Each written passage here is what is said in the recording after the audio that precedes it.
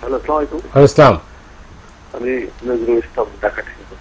জি, আমার প্রশ্ন হচ্ছে যে আন্তর্জাতিক ট্রাইব্যুনালের যে প্রধান বিচারপতি রেজাউল সাহেব পদত্যাগ করলেন, এর পরিপ্রেক্ষিতে বিচার প্রক্রিয়া কি দীর্ঘায়িত হবে বা ব্যাহত হবে কিনা, 1 নম্বর প্রশ্ন এটা।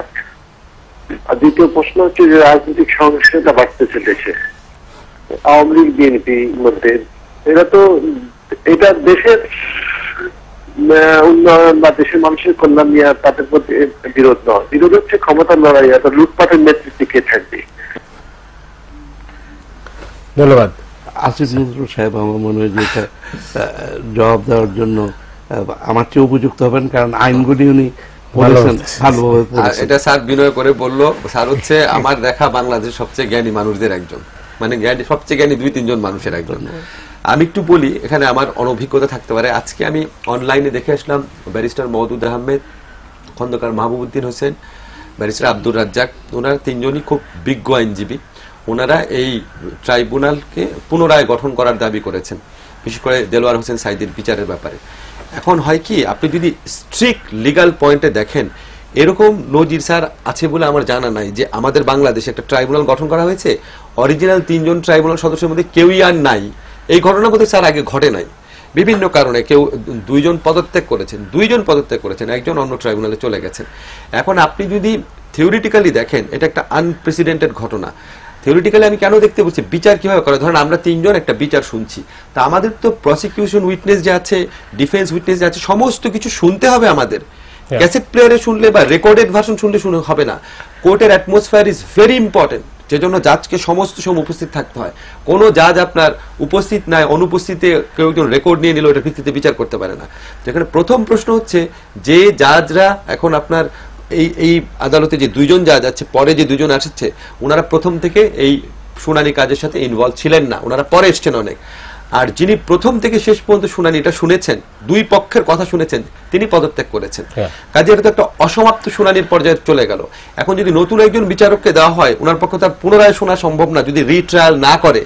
কারণ দেলোয়ার হোসেন সাঈদীর কেসে বলা দেওয়া হয়েছে শুধু রায়ের জন্য অপেক্ষা করছে, তার মানে শুনানির কাজ, শুনানির কাজ, একজনের কাজ শেষ। এখন কাজটা যিনি শেষ করলো প্রথম থেকে শেষ পর্যন্ত, তিনি তো আর নাই।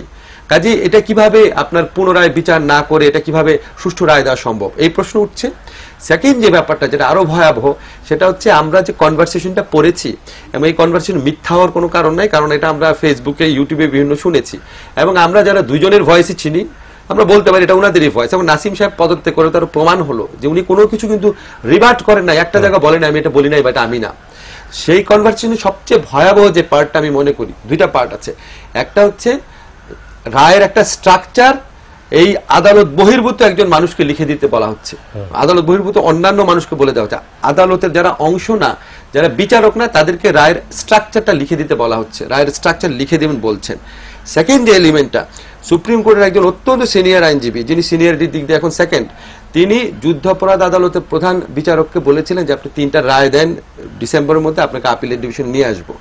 এটা কিন্তু এখন পর্যন্ত ওই বিচারকও, আপিলের ডিভিশনে যে বিচারক আছেন, উনি নিজে না বললে, উনি রেজিস্টারের মাধ্যমে প্রতিবাদ করেন নাই, এবং বিচারপতি নিজামুল হক নাসিমও প্রতিবাদ করেন নাই যে আমি এই ধরনের কিছু বলি নাই। এই ধরনের সার্কামস্টেন্সেসে এই বিচারটা প্রথম থেকে কতটা পক্ষপাত শূন্য মন নিয়ে শোনা হয়েছে, এই পুরা প্রসিডিউরের মধ্যে কোথায় কোথায় পক্ষপাতিত্ব করা হয়েছে, এই প্রশ্ন সবসময় থাকবে। যে জন্য সুবিচারের স্বার্থে, ন্যায় বিচারের স্বার্থে এটা পুনরায় বিচারের আবেদন জানানো হচ্ছে। এবং আমি মনে করি পুনরায় বিচার করে, ভালো করে বিচার করে, যদি দেলোয়ার হোসেন সাঈদীকে দোষী পাওয়া যায়, তাকে 10 বার ফাঁসি দেন দরকার হলে। এটা আমি বুঝাচ্ছি যে বিচারটা অবশ্যই হওয়া উচিত, কিন্তু বিচারটা আবার অবশ্যই অন্যায় বিচার হওয়া উচিত না। কাজে এই ক্ষেত্রে এই দাবিগুলো ওটা অস্বাভাবিক না। স্যার আসছে, একটা প্রশ্ন আছে। জি, হ্যালো হ্যালো হ্যালো,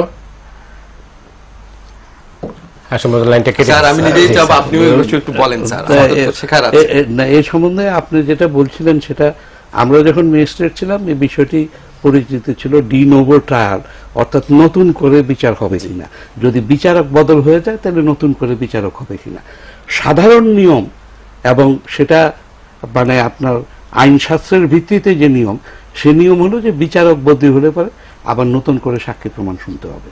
তার কারণ হলো যে এই যে সাক্ষী এসে কথা বলে তার চেহারা দেখে, তার হাবভাব দেখে কিন্তু বিচারক অনেক ক্ষেত্রে নির্ধারণ করেন যে সে সত্যি বলছে না, এবং ওই জাজমেন্ট যখন লেখা হয় তখন তাতে লেখা হয় যেরকম আমার কাছে মনে হয়েছে তাকে গ্রহণযোগ্য সাক্ষ্য হিসেবে মনে হয় নাই।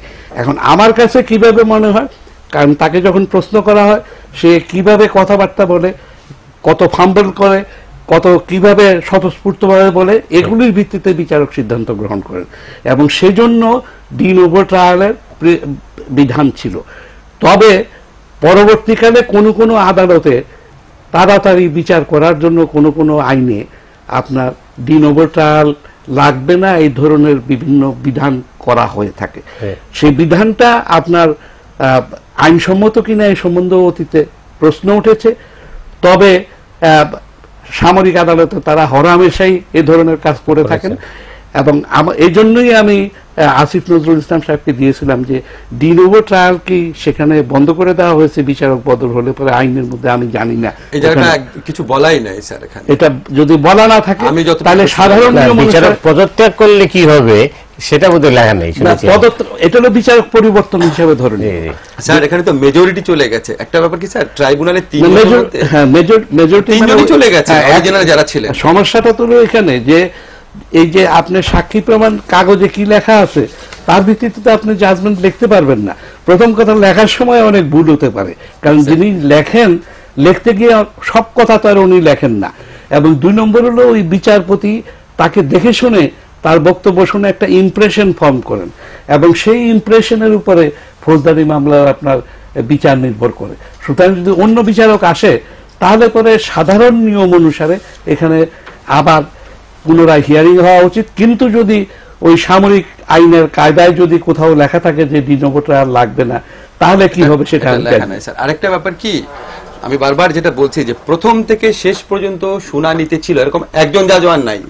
এটা অত্যন্ত ইম্পর্টেন্ট। এই ট্রাইব্যুনালে যদি একজন জাজও থাকতো যিনি প্রথম থেকে শেষ দিন পর্যন্ত আছেন, তিনি যদি রায় লিখতেন, বাকি দুজন যদি রায় নাও লিখতেন, বাকি দুজন যদি আপনার পরে মতামত দিতেন, তাহলে অথার জাজ যদি ওই জাজটা হতো যিনি প্রথম থেকে শেষ পর্যন্ত ছিলেন, তাহলে এটা নিয়ে এত প্রশ্ন ওঠার স্কোপ ছিল না।